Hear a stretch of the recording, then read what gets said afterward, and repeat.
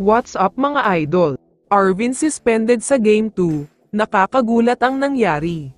Pero bago mo sana ipagpatuloy ang panonood mo, ay huwag mong kalimutan na mag-subscribe bilang suporta sa aking YouTube channel. Maraming salamat idol.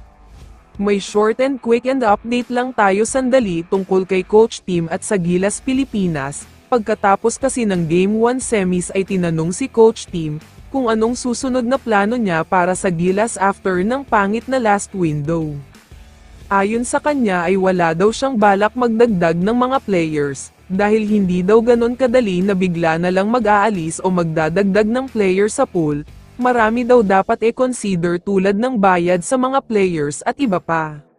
Kaya naman kahit galit na galit daw ang mga fans dito, mananatili pa rin daw ang lineup nila. Ito ang lineup niya noong palagi silang nananalo at ito pa din hanggang dulo, kaya wag na kayong mag-expect ng bagong addition sa lineup.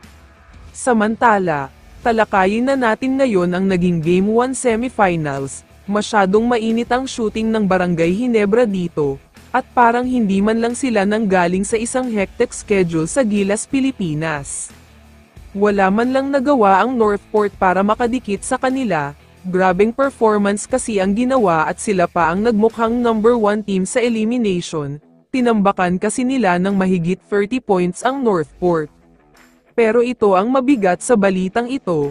After kasi ng Game 1 ay may pagdududa ang lahat ng mga fans ng Northport. Dahil very unusual daw na 8 points lang si Tolentino. Ngayon lang nangyari ito kontra pa sa Ginebra. Kaya ang iniisip ng karamihan ay baka nagbebenta daw ng laro si Tolentino. Nakakapagtaka daw dahil kapag kalaban nila ang Ginebra ay palaging nagkakaroon ng problema. Either pangit ang laro o kaya ay hindi maglalaro. Kaya naman ayon sa request ng mga fans ng Northport at haters naman ng Ginebra, dapat daw ay imbestigahan itong si Arvin Tolentino, dahil masyadong obvious daw na nagbebenta siya ng laro kapag kalaban niya Ginebra.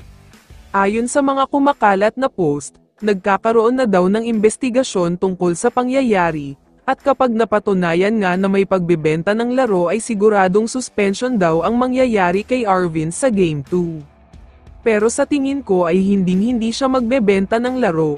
Paalala ko lang na siya ang nangunguna sa BPC race, kaya malabo talaga na magbenta siya ng laro.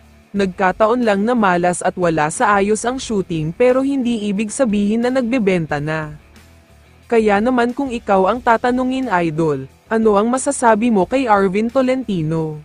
I-comment mo naman ang sagot mo sa tanong na ito. So dito na nagtatapos ang video na ito. Maraming salamat sa pagsuporta at panonood mga idol. Ingat at bye-bye.